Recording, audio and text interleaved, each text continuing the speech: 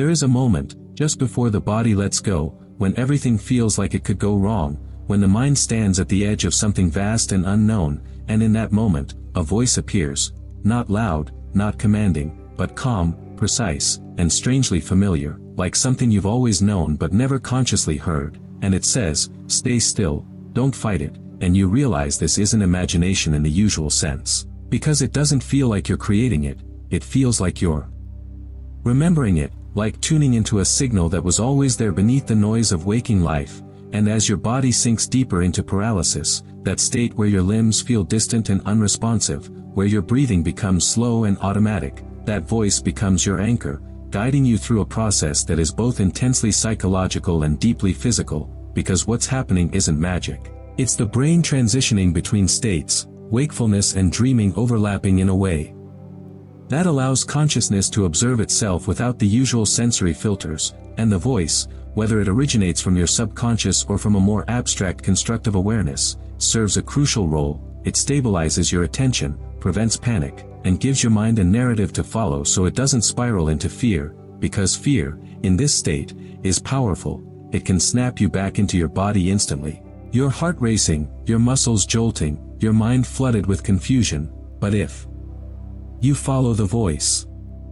if you trust it just enough to stay with it, something begins to shift, your sense of weight dissolves, the pressure on your chest fades, and you start to feel a subtle movement, not of your physical body, but of something else, something that feels like you but lighter, more fluid, as if your identity has been peeled away from the constraints of flesh, and the voice continues, "Don't move your body, just imagine rising." And this is where psychology becomes critical, because imagination here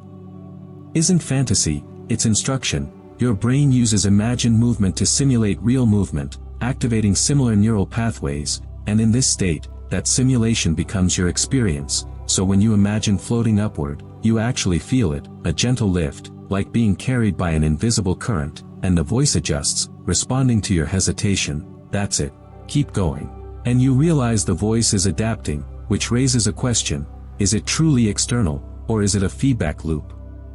generated by your own mind, interpreting your sensations and guiding you forward based on expectation and learned patterns? And yet, even if it is internal, its effect is undeniably real, because it reduces uncertainty, and uncertainty is what triggers fear, and fear is what breaks the experience. So the voice becomes a tool, a mechanism for maintaining coherence as your perception shifts further away from the physical world, and suddenly, there's a moment, a break, where the connection to your body feels like a thin thread, and then it's gone, replaced by a new frame of reference where you are no longer lying in bed, but hovering just above it, looking down at a form that feels both familiar and distant, and the voice softens, almost as if it knows this is the most fragile point. "Don't panic. This is normal," and your instinct might be to question everything, to analyze whether this is a dream, a hallucination, or something else entirely, but analysis, in this state, can destabilize the experience, because it pulls you back into the logical, grounded mindset that belongs to waking reality, and so the voice encourages you to observe instead, to accept the experience without immediately trying to define it, and this acceptance is what allows the scene to solidify, the room around you becoming clearer, more detailed, yet slightly altered, as if reality itself has been reconstructed from memory and expectation rather than direct sensory input. And this is where the real-world implications begin to surface, because what you're experiencing is not just an illusion, but a demonstration of how the brain constructs reality in the first place, how perception is not a direct recording of the external world, but a model built from signals, predictions, and interpretations, and in this state, that model becomes flexible, malleable, responsive to thought and suggestion, which is why the voice remains so important, because without it, your thoughts could easily drift into chaos, shaping the environment in unpredictable ways, and the voice, whether self-generated or not, acts as a stabilizing force, guiding your attention, maintaining a sense of direction. Look around slowly, don't rush, and you follow, noticing details that seem hyperreal, textures sharper than usual, shadows deeper, as if your brain is overcompensating for the lack of actual sensory input by enhancing the simulation. And yet, beneath this clarity, there's a subtle instability, a sense that everything could dissolve if you lose focus, and the voice senses this. "Stay calm, you're in control, reinforcing the idea that your mental state directly influences the experience, which is both empowering and dangerous, because it means that doubt, fear, or intrusive thoughts can manifest just as easily as curiosity and calm. And this is where human psychology reveals itself most clearly, because the experience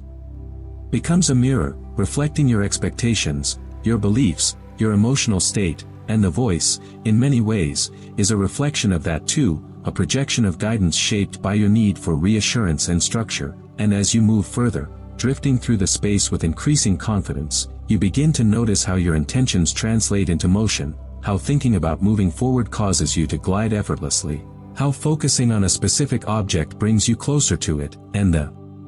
voice gradually becomes less necessary, its presence fading as your own sense of control strengthens. And this transition is crucial, because it marks the point where you no longer rely on external guidance, even if that guidance was internal all along, and instead, you begin to navigate the experience on your own terms, exploring the boundaries of this state, testing what is possible and what is not. And yet, even as the voice fades, its influence remains, embedded in the structure of the experience, in the way you interpret and respond to what's happening. And eventually, there comes another shift, a subtle pull, a reminder of the physical body waiting somewhere beyond this constructed reality. And the voice returns, quieter now, almost like an echo. It's time to go back, and there's a choice in that moment, to resist or to follow, but resistance often leads to instability, the scene breaking apart, sensations becoming erratic, while following the voice brings a smoother transition, a gradual descent back into the heaviness of the body, the return of physical sensation, the awareness of breathing, of weight, of gravity. And as your eyes open, the experience lingers, not just as a memory, but as a question, because what you've just gone through challenges the boundaries between imagination and reality, between internal and external, and the voice, that guiding presence, becomes the most intriguing element of all, because whether it was a product of your subconscious mind or something more abstract, its role was undeniable. It guided you through a state where the mind operates without its usual constraints, where perception becomes fluid, and where the line between self and environment blurs. And in that sense, the voice is not just a guide, but a reflection of the mind's ability to create order within uncertainty, to navigate the unknown by generating its own sense of direction. And perhaps that's the most realistic explanation of all, that in the absence of external guidance, the human mind becomes its own guide, its own narrator, its own voice in the dark, leading itself through experiences that feel otherworldly, yet are deeply rooted in the mechanics of consciousness itself.